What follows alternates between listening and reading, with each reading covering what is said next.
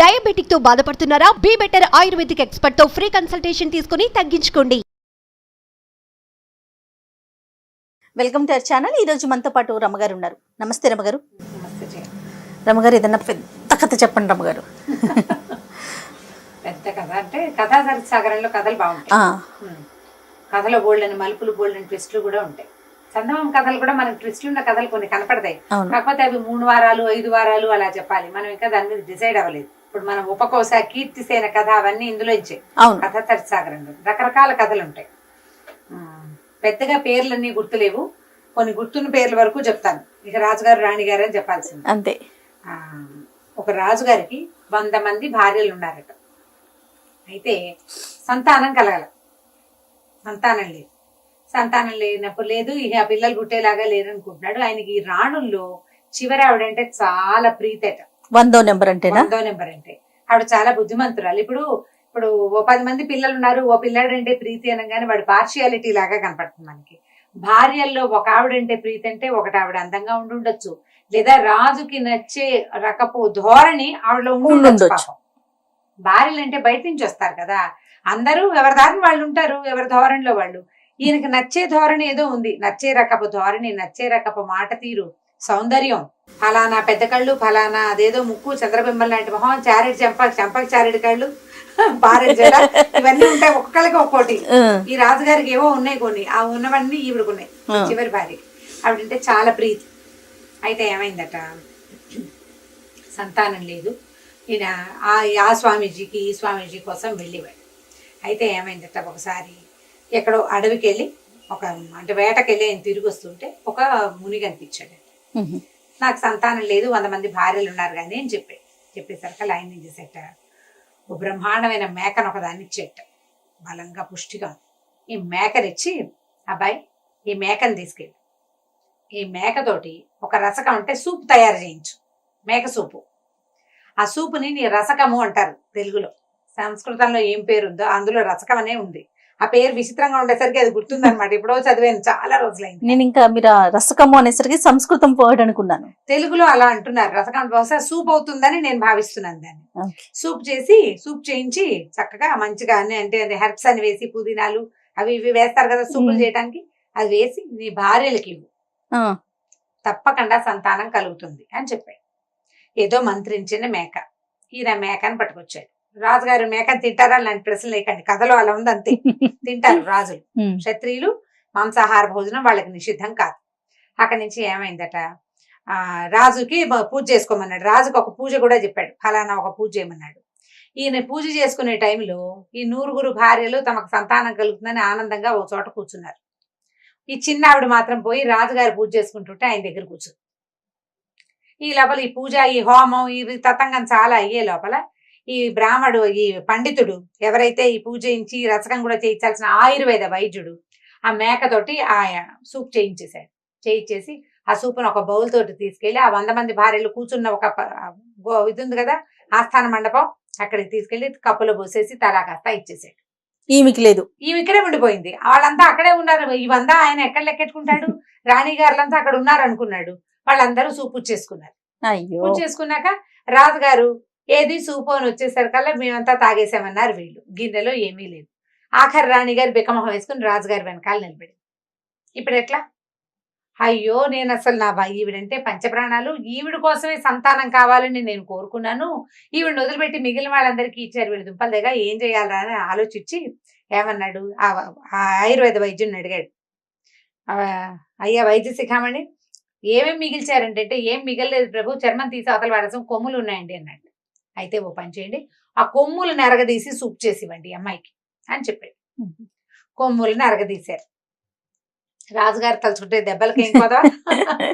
సరే ఈ ప్రయత్నం చేశారు. చేసేసరికల్లా ఏమైంది, దాంతో కూడా ఒక చిన్న గిన్నెడు సూప్ తయారు చేశారు. అది చిన్న రాణి గారికి ఇచ్చారు. మిగిలిన వాళ్ళందరూ ముందు తీసుకున్నారు. ఈ మేకలు నరగదీసిన వ్యవహారం కొంచెం లేట్ అయింది. అందరు రాణులు గర్భవతులయ్యారు. 99 మందికి 99 మంది కొడుకులు పుట్టారు. అబ్బా. ఈ 100 ఆవిడికి వీళ్ళకంటే కొద్దిగా వెనక వీళ్ళంతా ఒక రోజే పుట్టారు. కొంచెం అవతలగా కొన్ని రోజుల అవతల ఈవిడికి ఒక కొడుకు పుట్టాడు. వీడు మంచి బలశాలి. అయితే మేక కొమ్ముల వలన దాని రసకంతో పుట్టాడు కాబట్టి శృంగభుజుడు అని పేరు పెట్టారట. మిగిలిన పేర్లని మర్చిపోయి ఈ పేరు గుర్తుంది బాగా. ఈ పేర్లు డిఫరెంట్ గా ఉండటం తోటి శృంగభుజుడు అని పెట్టారు. పిల్లాడు చక్కగా బుద్ధిమంతుడు, బాగుంటేవాడు. ఇప్పుడు కూడా రాజుగారికి చిన్నరాణి అంటే ఇష్టం, చిన్నరాణి కొడుకంటే ఎక్కువ ముద్దు. ఇలా నడుస్తూ ఉంటే ఏమైంది, పిల్లలు పెద్దవాళ్ళు అవుతుంటే శృంగభుజుడు మంచి ప్రతాపవంతుడుగా తయారవుతుంటే మిగిలిన రాణులు ఏమనుకున్నారంటే, ఈయన 99 మందికి పుడతారులే పిల్లలు, ఈ ఒకదానికి పుట్టపోతే పోయింది, ఏం పోయింది, దాన్ని వెంటేసుకుని తిరుగుదామని అనుకోకుండా ఆవిడకి కూడా సంతానం ఎక్స్పెక్ట్ చేశాడు. దానికోసం ప్రత్యేకంగా తయారు చేయించాడు. పోనీ మేక వల్ల వీళ్ళు పుట్టారు, శృంగాల వల్ల కూడా పుట్టాడు వాడేమో బలశాలిగా ఉన్నాడు. కాబట్టి ఎలాగైనా సరే ముందు రాణి గారి మీద రాజుకే ఇష్టం కలిగించాలి, లేకపోతే ఈ 99 మందికి వీడు పోటీ అవుతాడు. ఆవిడ మనకు ఎలాగూ పోటీయే. సవతుల మత్సరం అంటే ఇలా ఒకే వ్యక్తికి 2-3 భార్యలు అంటే వాళ్ళలో వాళ్ళకి పడదు, గొడవలు వాళ్ళకి నచ్చబాటుగా ఉండదు. ఎలాగైనా ఆ కాస్త అడ్డు తొలగించేసుకుంటే వీడు మనవాడే కదా అనుకుంటారు. అంతేగాని దేనివల్ల ఆ అమ్మాయి అంటే ప్రీతి ఉందో అదేదో మనం కూడా చేద్దాం అని అనుకోరు. అది తీసేస్తే సరిపోతుంది. మానవ సహజమైన నైజాలు ఇవి. సరే ఏం చేశారు, ఈ వీళ్ళలో పెద్ద భార్య ఉంది కదా, ఆవిడ కొంచెం రాజు దగ్గర ఆవిడ కొంచెం మాట చెల్లుతుంది. ప్రీతి చిన్న భార్య అంటే ఉన్న పెద్ద భార్య మాట చెల్లుతుంది. ఒక రోజు రాత్రి ఆవిడతోటి కబుర్లు చెప్పుకోవడానికి వెళ్ళాడు రాజుగారు. ఆవిడ అంతఃపురానికి వెళ్తే ఆవిడ ఏమందంటే, ఏమండి ఈ మన చిన్నరాణి గారు అంతఃపురం కాపలా కాసే ఫలానా వాడు ఒకడు ఉన్నాడు కదా అంటే, అవును ఉన్నాడు, వాడు ఈ రాణి గారికి బాగా క్లోజ్ ఫ్రెండ్, అందుకనే వాడిని తీనివ్వకుండా వాడినే ఉంచుకుంటోంది, కావాలంటే కనుక్కోండి. పనిమాల ఎందుకు చెప్తారు, 99 మంది ఉంటే వాళ్ళందరి మీద చెప్పకుండా తీసుకెళ్లి చిన్నరాణి మీద ఎందుకు చెప్పింది, ఏదైనా నిజం ఉందేమోనని ఆయనకు డౌట్ వచ్చింది, అనుమానం కలిగింది. కొద్దిగా అనుమానం కలిగింది, 1% అని భయం అనిపించింది. ఇప్పుడు ఇలా చెడ్డ మాట వినంగానే అవునా అనిపిస్తుంది కదా, అలా అవునా అనిపించింది. ఏం చేశాడు, మర్నాడు అక్కడికి వెళ్ళాక ఆ అంతఃపుర కాపలాదారినాడు కదా, అతన్ని పిలిచాడు.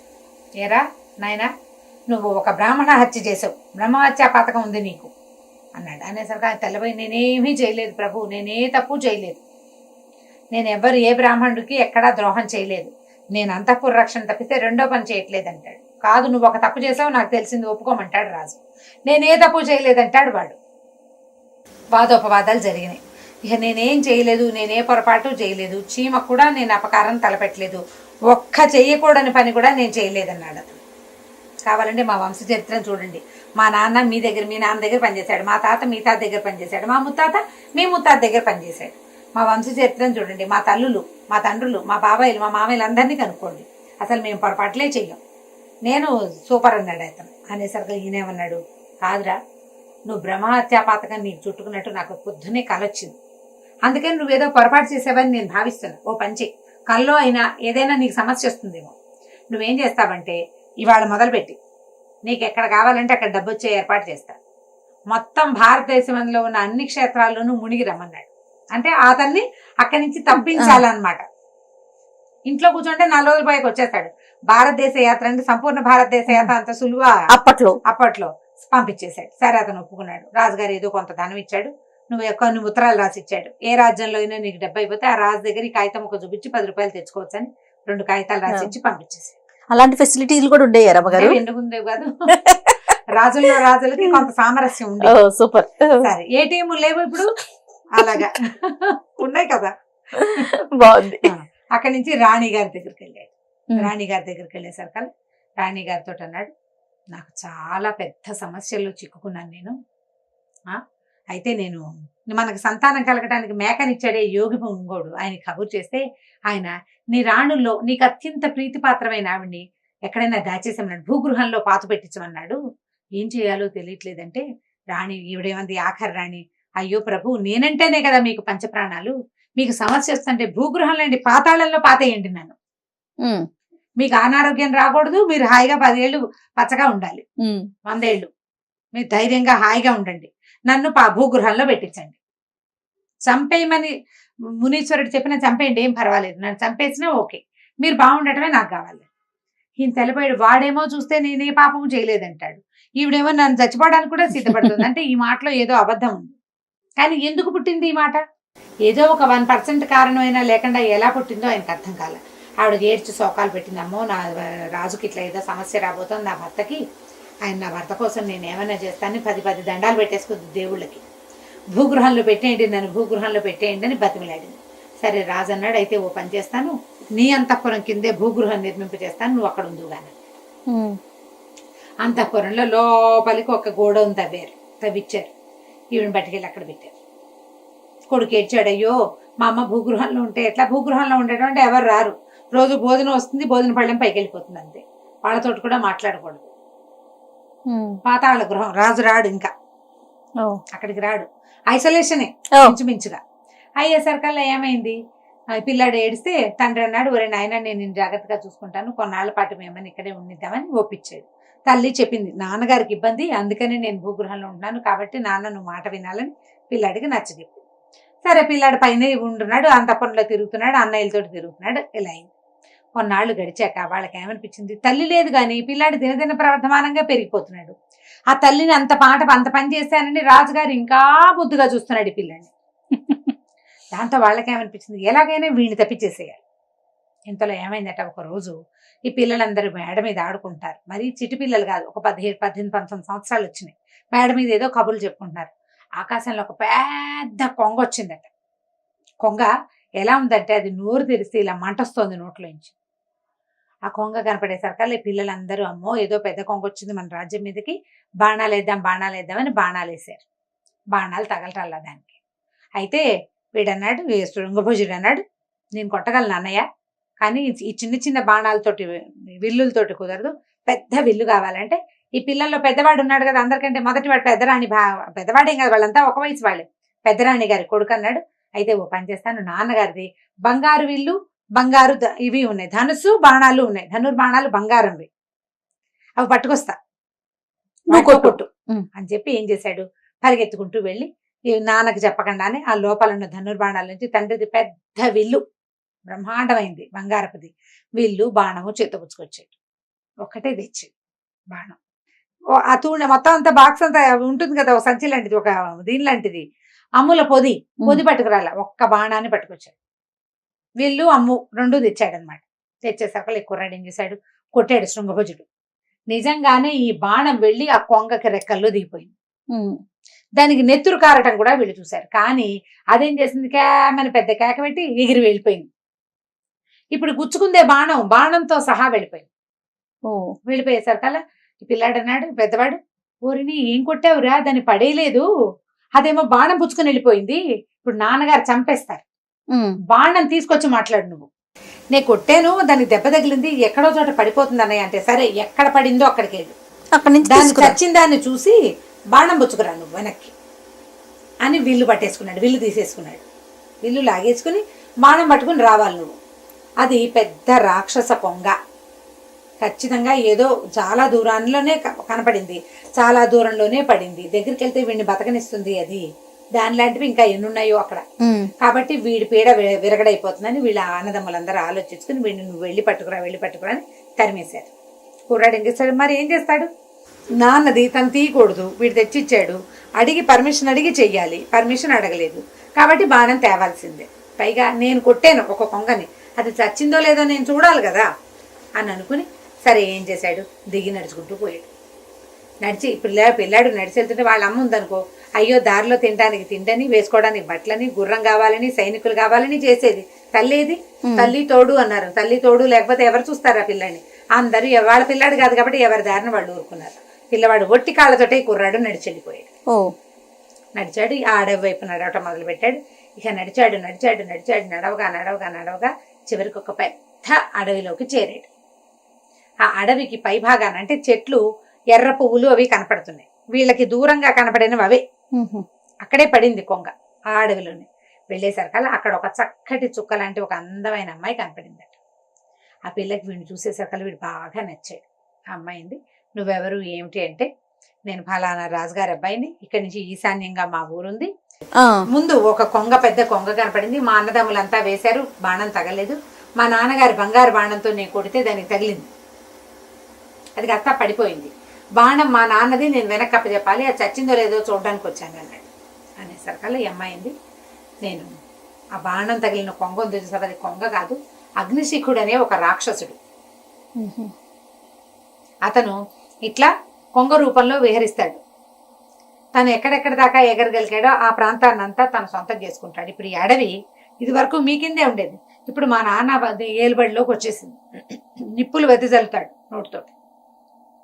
నేను అతని కూతుర్ని ఆ బంగారు బాణాన్ని ఇంటికి పట్టుకెళ్ళిపోయాడు మా నాన్న, తనకు తగిలిన బాణాన్ని. మా దగ్గర బోల్డని మందులు ఉంటాయి, ఆ ఆకు పసర్లు కనుక వేస్తే ఆటోమేటిక్గా హీల్ అయిపోతుంది.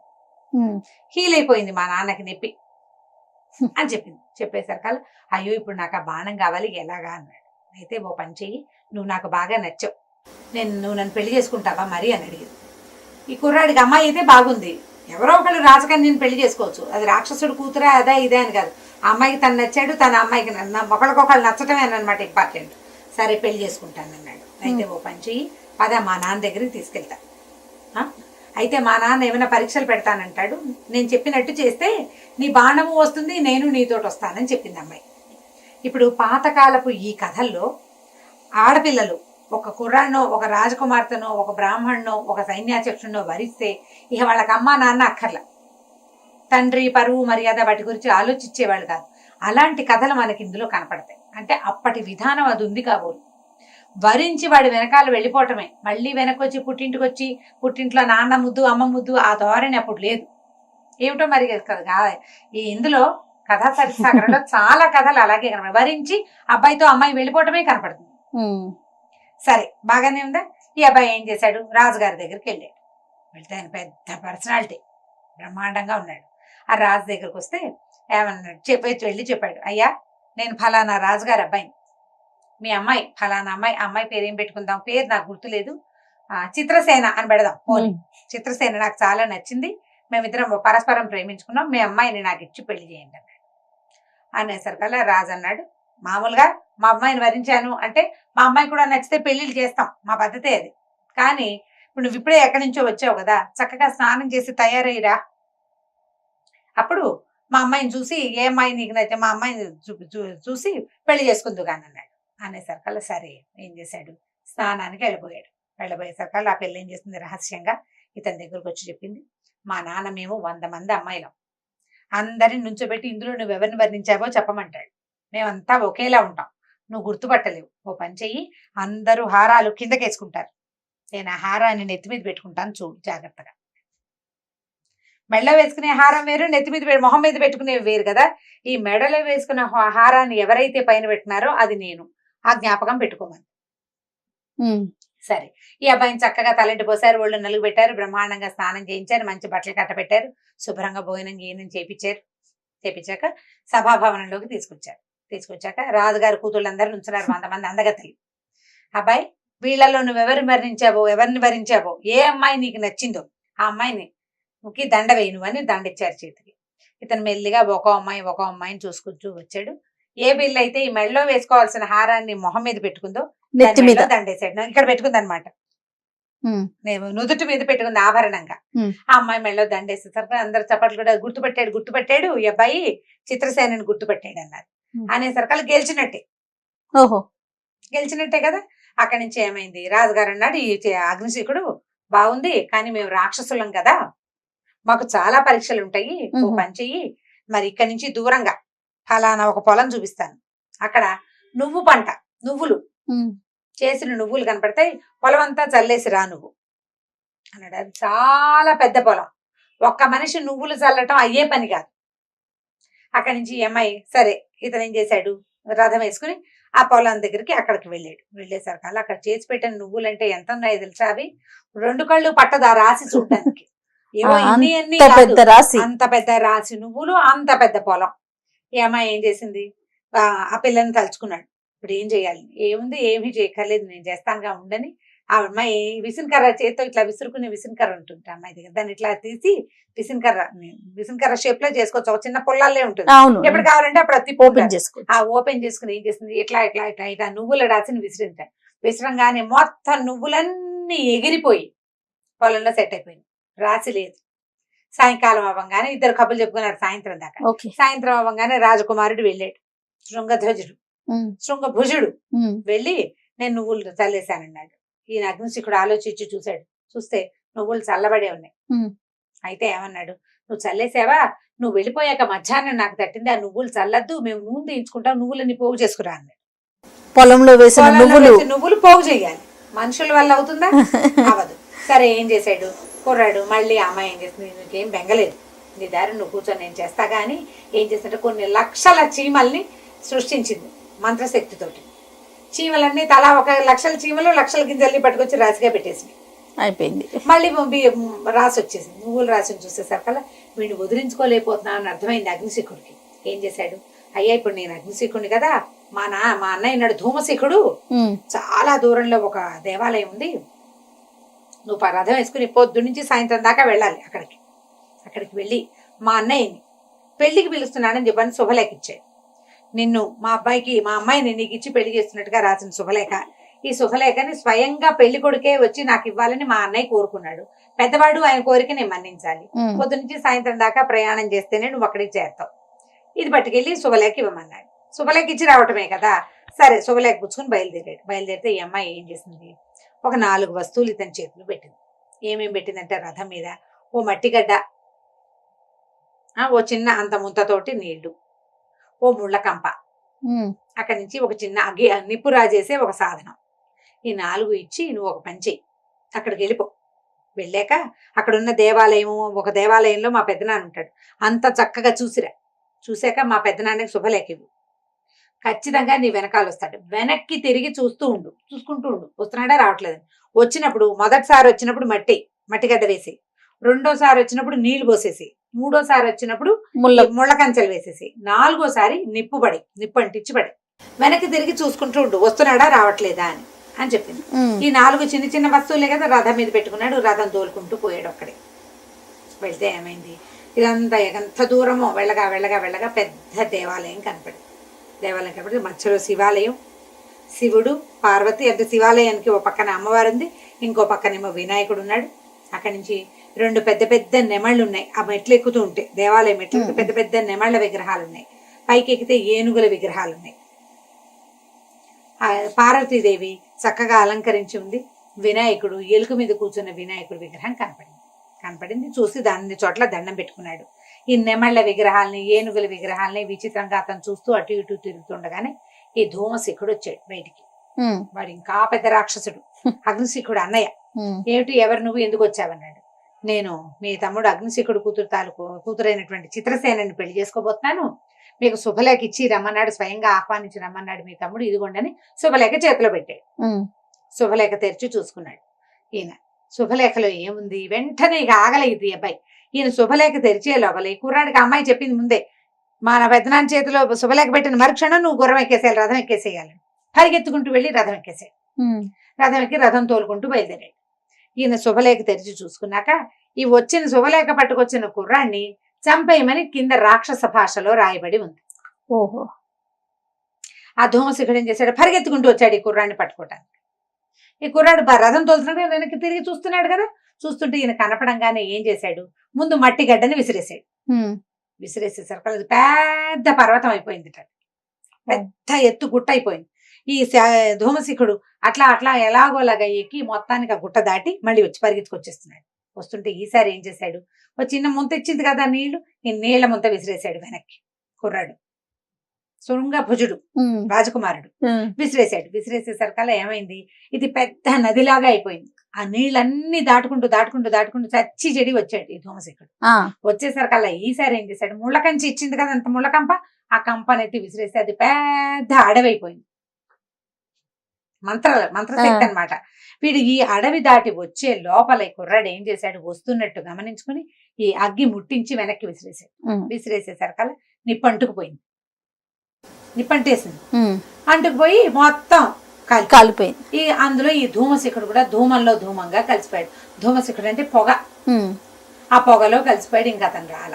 ఇతను పరిగెత్తుకుంటూ వచ్చేసాడు వెనక్కి. వచ్చేసాక వచ్చిన కుర్రాన్ని చూసి అగ్నిశిఖుడు ఆశ్చర్యపడి, ఎలా వచ్చావు నువ్వంటే, అదేమిటి రథం మీద వెళ్ళాను, రథం మీద వచ్చా, ఇదిగో నువ్వు ఇచ్చిన రథం. అయితే నువ్వు నిజంగా వెళ్ళావని. నిజంగా వెళ్ళాను. అక్కడ ఒక పెద్ద దేవాలయం ఉంది, కింద 2 నెమళ్ళ విగ్రహాలు ఉన్నాయి, మెట్లు ఎక్కాక 2 ఏనుగుల విగ్రహాలు ఉన్నాయి, మధ్యలో శివాలయం ఉంది, పక్కన అమ్మవారు ఉంది, రెండో పక్కన విఘ్నేశ్వరుడు ఉన్నాడు. చూసినట్టుగా చెప్పాడు. అమ్మవారికి అలంకారం ఉంది, వీడికేమో వినాయకుడేమో చక్కగా ఎలుకనెక్కి కూర్చుని ఉన్నాడు, పువ్వులు అవి అలంకరించి ఉన్నాయంటే ఆ దేవాలయం నరమానవుడు కళ్ళ చూసేది కాదు, ధూమశిఖుడి మాయతోటి ఏర్పడింది. అంటే వీడు నిజంగానే చూసొచ్చాడు. ధూమశిఖుడు ఏమయ్యాడు, ధూమంలో కలిసిపోయాడు. దాంతో ఏమనుకున్నాడు, రేపొద్దున పెళ్లి చేస్తాను ఉండమన్నాడు.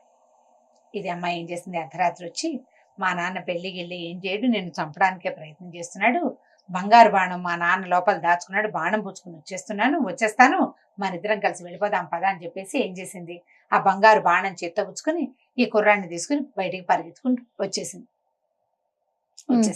వచ్చేసేసరికల్లా ఏమైంది, తెల్లవారుజామున ఈ అబ్బాయిని చంపుదాం అనుకున్నారు వాళ్ళు.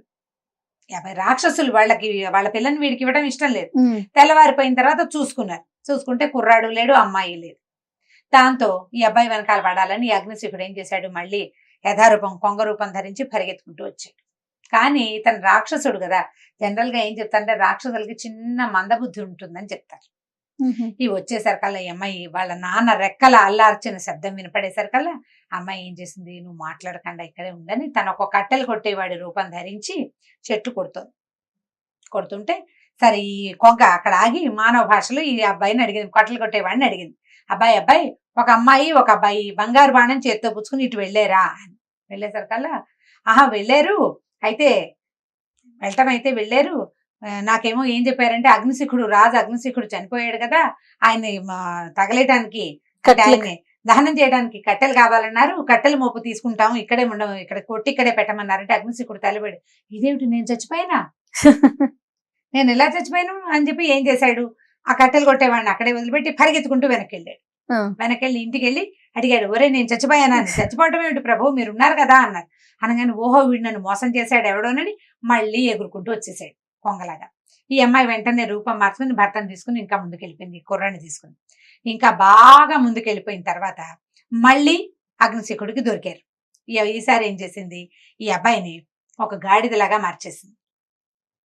మార్చేసేసి గాడిద మీద కట్టెలు మోపులుగా పెట్టి అక్కడ ఒక నువ్వు పంటుంటే నువ్వులు కోస్తుంటే అడిగాడు అగ్నిశిఖుడు, నువ్వులు కోసేవాడా, ఒక అమ్మాయి అబ్బాయి ఇటు వెళ్ళారా బంగారు బాణం చేత్తో పుచ్చుకుని అంటే, బంగారు బాణం చేత్తో పుచ్చుకుని వెళ్ళారు గాని రాజైన అగ్నిశిఖుడు మరణించాట, ఆ అమ్మాయి అగ్నిశిఖుడు కూతురుట, ఇదిగో తగలే ఆయన దహనం చేయటానికేమో కట్టెలు ఇచ్చింది, అక్కడి నుంచేమో నువ్వు కోసిపెట్టు, నేను వాటిని నూనె తీసి మా నాన్నని దహనం చేస్తామంది, నువ్వులు తీస్తున్నాను అని అనేసరికల్లా వీడు ఇదేమిటి నేను మళ్ళీ చచ్చిపోయినా అని మళ్ళీ పరిగెత్తుకుంటూ వెనకెళ్ళేసరికల్లా ప్రజలు ఆయన సైనికులంతా నవ్వారు, అదేమిటి ప్రభు మీరు బతికే ఉన్నారు, చనిపోవటం ఏంటి, మీరు చనిపోలేదు, మిమ్మల్ని వాళ్ళు ఎవరో మోసం చేశారంటే సరే నేను బతికే ఉన్నాను అనుకుని మళ్ళీ వచ్చాడు.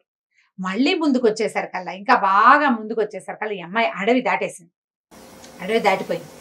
దాటిపోయిన తర్వాత ఈ అడవి దాటాక ఏమైంది, ఆ అమ్మాయి ఒక సాధారణ మానవ రూపం ధరించిన పిల్ల, మంచి మంత్రశక్తి కలిగింది, తండ్రిని మోసం చేయగలదు, అతనికి శక్తులు ఉన్నాయి కానీ తెలివి తక్కువ తండ్రికి. ఈ పిల్లకి పిల్ల మహా తెలివి. మా భార్య భర్త ఇద్దరంటే రాజకుమారుడు ఈ చిత్రసేన ఇద్దరు పూర్తిగా రూపాలు మారిపోయి కనపడేసరికల్లా ఏమైంది, వీళ్ళనే అడిగాడు, ఒక అమ్మాయి అబ్బాయి వెళ్తున్నారు మీరు చూసారా అని. అమ్మాయి అబ్బాయి చిత్రసేన వెళ్ళిపోయారు అగ్నిశిఖుడు ఇంటికి, వాళ్ళ నాన్నని మోసం చేశానని చిత్రసేన బాధపడుతోంది, అందుకని చెప్పి అబ్బాయి మళ్ళీ అమ్మాయిని వెనక్కి దింపడానికి వెళ్ళిపోయాడు వెనక్కి, ఇద్దరు కలిసి నడుచుకుంటూ వెళ్తున్నారు, నీకు కనపడలేదా అనేసరికల్లా ఏం చేసి అయితే నా కూతురు నా ఇంటికే చేరిపోయిందనమాట అని చెప్పేసి ఇతను మళ్ళీ వెనక్కి వెళ్ళిపోయేసరికల్లా తెల్లవారిపోయింది కదా, చీకటి పడిపోయింది. ఇదంతా అవ్వాలి కదా, ఈ ప్రయాణం ఈ హడావిడంతా.